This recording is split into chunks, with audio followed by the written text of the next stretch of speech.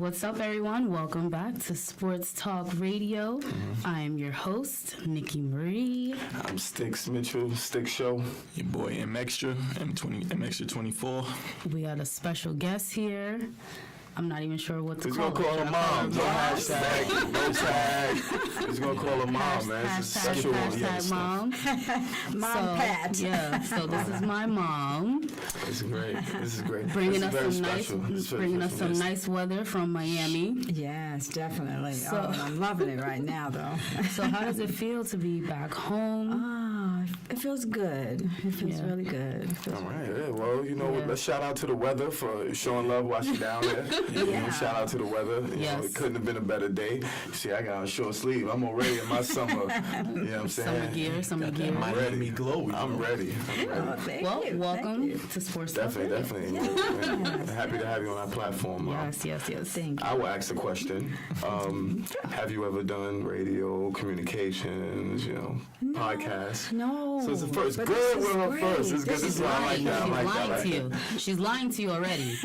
She has done a podcast. Oh, yes, I do Coffee Time. Niki Marie Radio. Coffee Time. Okay. Yeah. So this is her first podcast outside of the Niki Marie realm. Yes. Okay. And Niki has many podcasts, so she could have been on anything. We don't know. She could have been on multiple. You got to review the tape.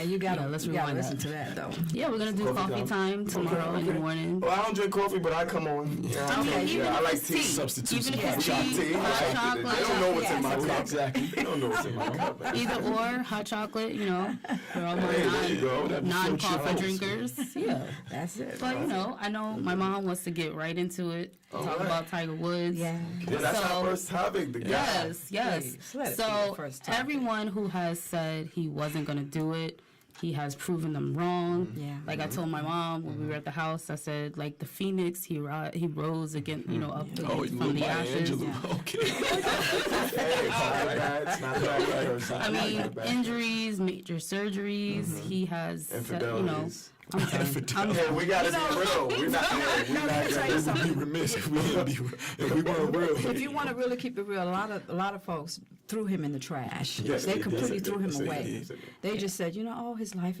Tiger's over. His career is dead.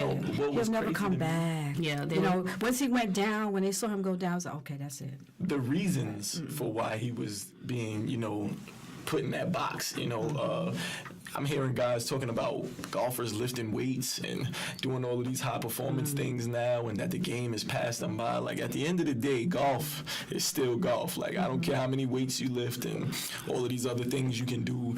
Like, golf is still golf. It's the ultimate individual sport, Well, I feel like it was a combination of things, and they all targeted his mental. You see, you got the infidelities, and then the DUI. I'm just saying, you get the DUI, and then you have, unforeseen things, like your health. Mental stability's got a lot to do with your health.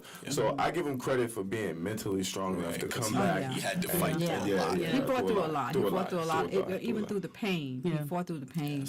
And he knew that a lot of people had already, given up on him. But he didn't give up on himself. And that was the most important thing. A lot of people, i.e. Stephen A. Smith, being one of them, he was like, he should just retire. He should throw it in the towel and just be done.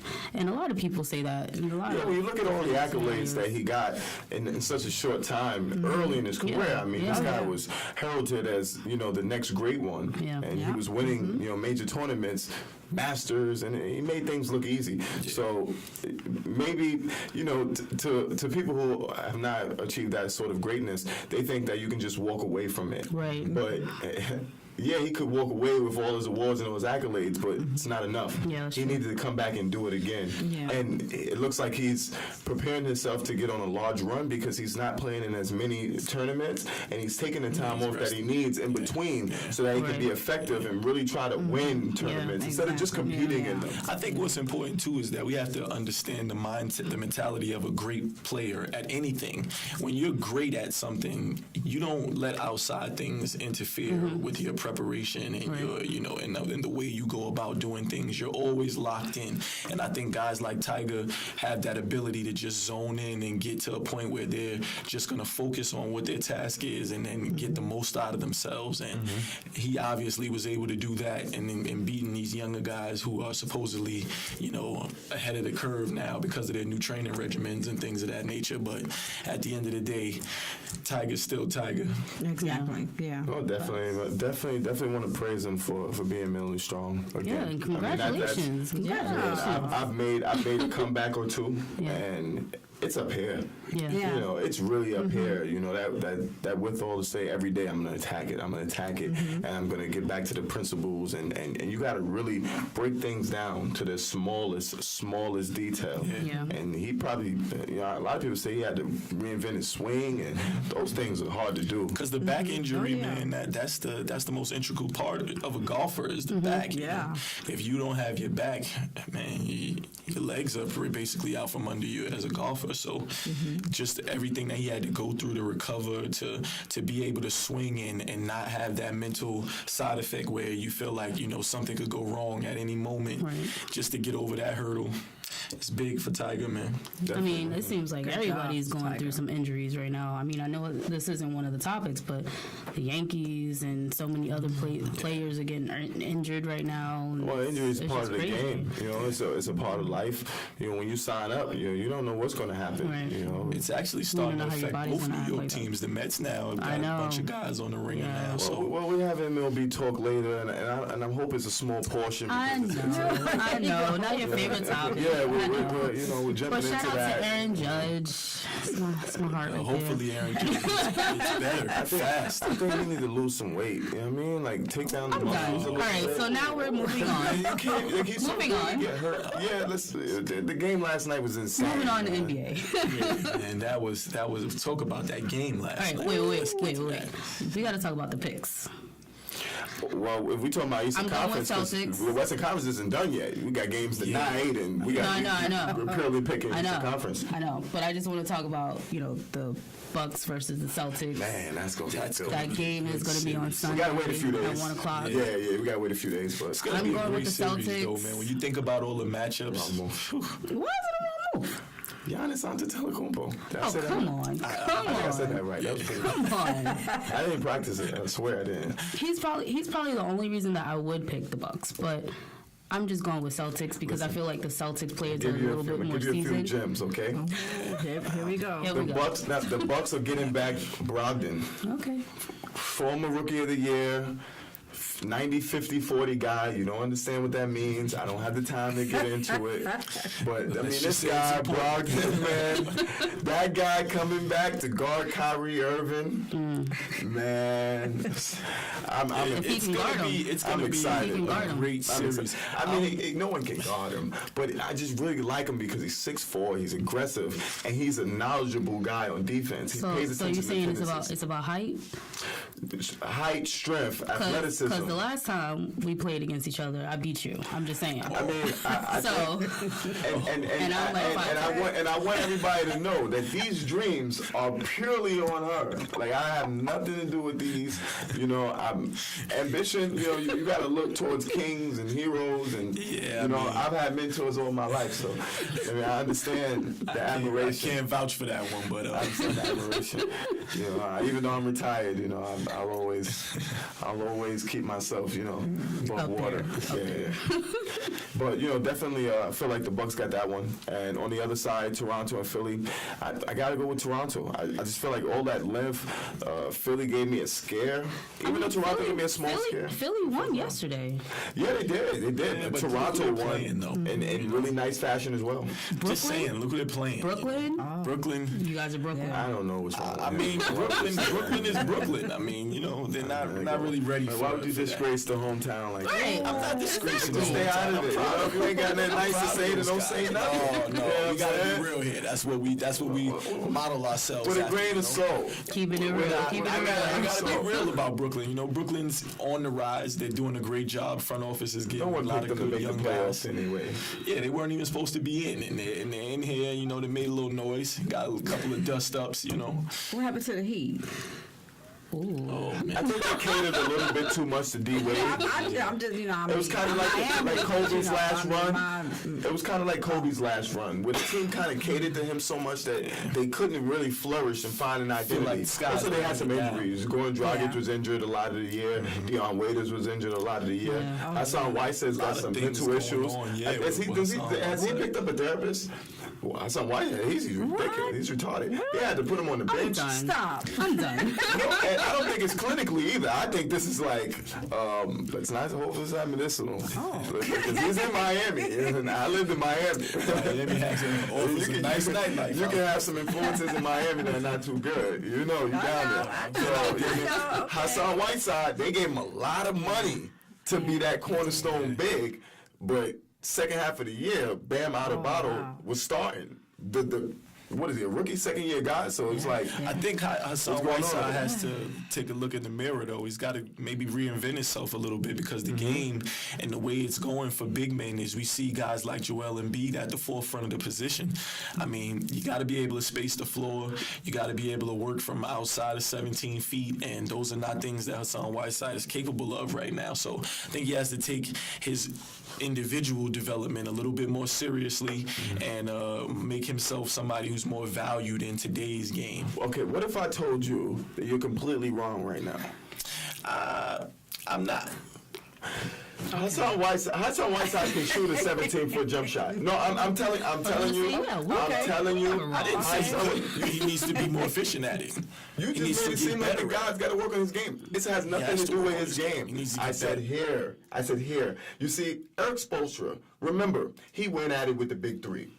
He's a proud coach. He believes in his model. You're going to do it his way. Hassan Whiteside couldn't navigate and find a way to please them both.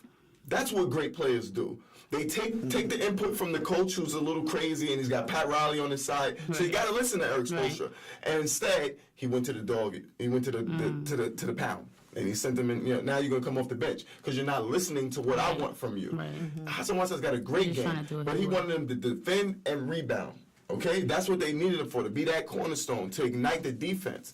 And he didn't want to do that. He wanted to do a la what Mike is telling him to do, shoot jump shots and all these other crazy things. He's got it totally wrong. Yeah. I don't think he watches enough Miami Heat basketball. You know what I'm saying? But I'm going to educate you. Listen, I'm going to take care of you, man. You're my guy. And on top of that, they're going to let you be out there on a limb. What he said was partially correct because Hassan Whiteside is one of those guys that can dominate at doing one or two things.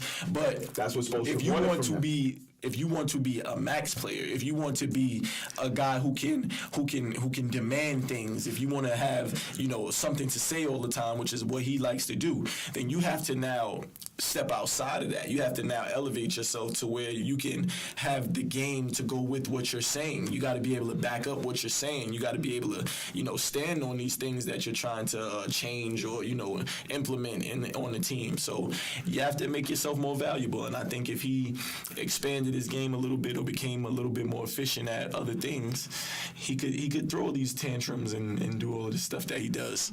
Tantrums. Well, I like him. Let's move on to these Yankees. We have to do it. We live in New York. Niki watches this. Mikey watches this. The Yankees are starting to win games against lesser teams, and guys are going to the IL. Yeah, so it's kind of hard to gauge if they're actually doing well or the team that they're playing against really suck. I think if we want to be realistic about it, the Yankees have.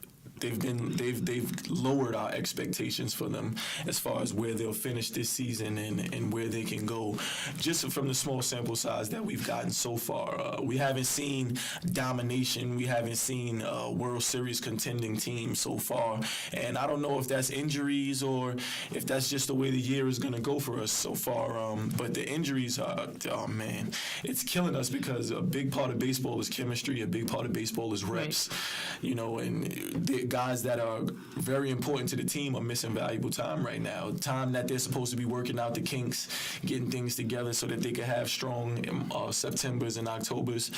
So it's tough. Okay, yeah, keep rambling. I was gonna say it's kind of like, okay, so it's early in the season, and now everybody's getting injured early.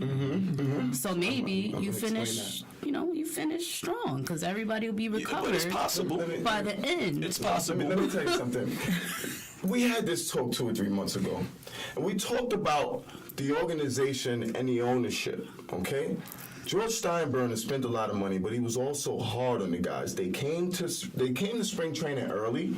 They worked those guys, worked the hell out of them, and they took pride. They took pride in being in shape. This is why I hate baseball players. You only get hurt in the beginning of the year when you're not in shape. Look, I played major basketball. I played professional basketball. The only guys I seen get hurt early in the year were the guys who didn't take spring training seriously or didn't come to spring training in top shape. And this is why I hate these prima donnas that play with those pinstripes. It's sad that they get all this money and they can't come to spring training in shape. It's the only way you get knickknacks in the beginning of the year. That's the only way. Because you're trying to play at a high level of performance and you haven't trained your body to do so. Listen to this guy. You're trying to play at a high level of performance and you haven't trained your body to do it. It's the reason ridiculous. that you get hurt sometimes can be the exact opposite of what he's saying. Also, you can overtax things. You can put too much stress on things. You're telling the guys to overtax the things? Yes, because in baseball you rely on joints, you rely on tendons and things. This goes back to what we were talking about before about baseball not being a contact sport, and these people are getting injured for running too fast. Like we were joking around. They're getting injured for stepping on a bag the wrong way. Please, listen, you can turn an ankle pretty bad stepping on. I've led every team I've ever played in charges, and I tell you what, if those baseball players had to take a charge, they die on the basketball court. They wouldn't even survive if they had to take a charge and real charge, like somebody putting their knee in your mouth. Like imagine that. Like they hurt stepping on a bag. Listen, come on. So many of them are getting for high contact. And yeah, no. So train your body. That's my point. So many of them are getting injured, and I think it was one guy that is playing through the injury. Because there's so many players that are injured. Well, what it is that guy you're talking about is Clint Frazier.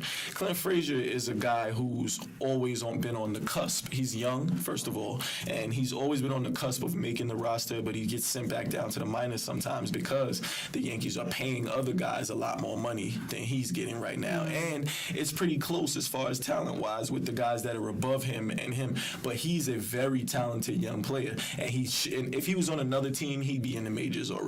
So that's why he's going to just continue to thug it out and play through injuries and do those things because he knows that his time in the majors could be limited. You know, he knows that at any time he could get thrown back down to the minors. So he's going to make the most of his time up here, and he's trying to make a great impression.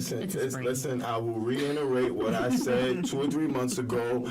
Our engineer will run the tape. We'll get the footage, okay? If they would have said, okay, let's stop giving big money to guys and fill our team with skilled players who are young, who can get through the vigors of a year, and go get quality pitching instead of trying to get headline guys to make the New York Times put us in the back of the page because that's who they are. They're let's go get the big name instead of go and get quality pitching, or you can even go get guys that you can take to AAA for 2 or 3 years. That's what the Yankees used to do.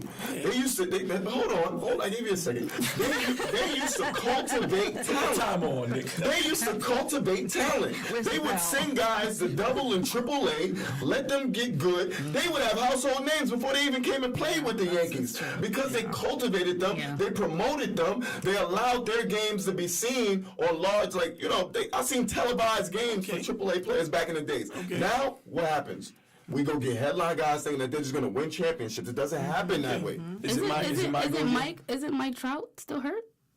I'm not said that. We talked about that in the intro. But let me address what he just said. So the reason why, if you're a team like the Yankees, you go after the marquee name is because you can't just think that any old body can come here and play in this particular environment that we have here. Look, he thinks it's still a championship environment. It's not the championship. It's not the championship. There's no pressure for the Yankees. Yes, there is. Because if you play in New York, control the division for the last 4 or 5 years. In New York, there is always pressure. There's pressure on the Knicks. If you play in New York, there is always pressure. This was the best year ever for the Knicks because there was no pressure. There was was no pressure this year. Nobody cared what they did. All they cared about was that they lost, so that they could get Zion Williamson. So what pressure was there? That's what the people who have their best interests at heart are saying. But what about the other guys? The guys who just wake up in the morning and want to criticize the Knicks, the haters, the people who don't like the Knicks, that don't want to see. Yeah, they're like us, media personalities. All right. So when you're a New York team, the percentage of people who are hating goes way up. When you're a New York team, when you're from a big market, the percentage of people who don't like you goes way up. More people are rooting for the Yankees than are not rooting for the Yankees. We know that in New York. But no one is saying this year they were coming into the year with championship aspirations. Who wasn't saying that? The Yankees win the championships for the American League last year. Yeah, they got beat by the Red Sox. Okay, so everyone knows the Red Sox would beat them this year. When you make it to the ALCS the next year, you better believe you're expected to go further. They didn't lose any significant pieces. Slapped by your big brother in your division. They didn't get slapped. Let's not what was make it, seem 4-1? like because the Red Sox stink right now. So let's not make it seem like the gap is that big. So that makes you stick your chest out because the Red Sox are not doing what they got to do. Well, so now you want to try to talk about the Red Sox because we are who we are, regardless. So it doesn't matter who the Red Sox. Who are you? Right now, we don't know because right now you changed. I'm really. Right I don't know who you are. I mean, the Yankees sound like they win championships around here. Yeah, the Yankees. I ain't been to a parade in years. Well, I ain't been to a parade in years. That's something that we will address another time. Man, I would love to dance on the Parkway or something, man. Where they have their parades? I forgot where they have their parades. I forgot. Battery Park. They go down Chambers. Not my adult life. We still sticking on the Yankees, but this is our real talk topic now. All right, we gotta get serious. All right, so real talk topic. So Kate Smith made a racist song. Oh, Katie. Yeah. So I think we're still trying to figure out where this whole thing started, right? Yeah. So where did it start? I can give you a little bass. If you guys, I don't know, my listeners, my viewers, and everybody, "God Bless America" was the song that Kate Smith sang, and I actually just researched this that she was a Presidential Medal of Freedom recipient. But we're trying to figure out where this whole thing came about or how it came about to bring this back up from 1931. Well, shout out to the Yankees. The Yankees and the Islanders actually, said they're not going to play that music anymore because it derives from racist thoughts and it had racist lyrics in the music. Much like the Stars Pledge of Allegiance or whatever it is that Kaepernick kneeled for. They stood up and they said, you know what, we're not playing her music anymore because it's just too racist. Words like blackies and, it's just too racist. And we're in a world where Donald Trump, our president, has made everyone look at themselves. Oh, you're president. Oh, well, we got to kind of honor the presidency. If we don't honor the presidency, when he's done, we won't look at it the same way. And we probably should look at it as a prestigious, job when he's done. Right now he can be a disgrace. But I feel like muting her music is the right thing to do. An ESPN radio host, Will Kane, was on the Stephen A. Smith show with Max Kellerman, and they kind of drilled him for saying that it's okay to play her music because, time heals all wounds, or then we'd have to destroy every statue. And I even heard a comparison to Snoop Dogg's old song, Women Ain't But Hoes and Tricks. And like, oh, well, you should censor Snoop Dogg because he made that. And it's kind of like the equivalent. So, you have people who I feel like who are closet racists now, who have a chance to speak on this issue and make it seem like it's okay and normalize it. But racist music should be censored. I think one of the important things to point out about the whole situation is that the songs that she was recording that contain the racist lyrics, there were black artists in that same time frame who are highly regarded, people that we hold very high, who recorded those same songs with the same lyrics. They didn't remove them or anything like that when they recorded the song. So I think it's good that people aren't playing her music just because we should do what we can, to thwart things like that. We don't want to put that out there or make that something that we're encouraging, and so anything that we can do to try to bring some type of awareness to it, I think is great. But, I feel like people nowadays make too much of a big deal over certain things. Like something like that, to me, that's not something that we should be, glorifying today or trying. Well, hold on, Mike. You gotta appeal things. All right. Let's think about kids who decide to listen to lyrics. You can go to YouTube and put a song in, and they'll give you every lyric for the song. You really would want your kid to read the lyrics for a song? Yeah, and I mean, now that you say it like that, I mean, yeah, that's what I'm saying. When you unpack it a little bit, I do kind of change my view on it. But my thing is just this, though. I feel like if a kid was to come across something like that, us as parents, I feel like you just have to educate the child on the matter more so than trying to condemn the matter. You know what I mean? Because now it's years later now, and then, there's so many racist things still going on right now that are happening out here. It's like you just want to educate kids on them things more so than. Well, what they're going to do, kids are going to educate themselves now at this point in time. Yeah, they have access to the internet, and now what has happened is that we brought this woman back to life, and now it's like, okay, although we brought her back to life with our conversations, now you're going to have kids now like saying, okay, well, who's this person? Who is this? What is this so much that everybody's so, Why is it trending? Yeah, it's just like, okay, well, let me look at it. Let me look it up. Let me see what's happening. And they may take what they see and what they read about her, or even the song, and they might say, well, you know what? They talking about this now on the radio. That guy said these words in his songs, and this artist said it in their songs and whatnot. So why are we so much hard on her? She's gone, but yet still there is a lot of stuff that, I mean, she's not the only one. She's not the only one. Well, just like it's him, derogatory. It's derogatory language, because we can change the language. I think the important thing too is that was a time when that language was accepted. At that time, so how can we hold her to such a high standard? Well, let me flip it. I was talking to you about black kids, essentially seeing this and feeling less of themselves or not understanding the history. But I want to ask you a reverse. Let's think about white kids listening to these lyrics.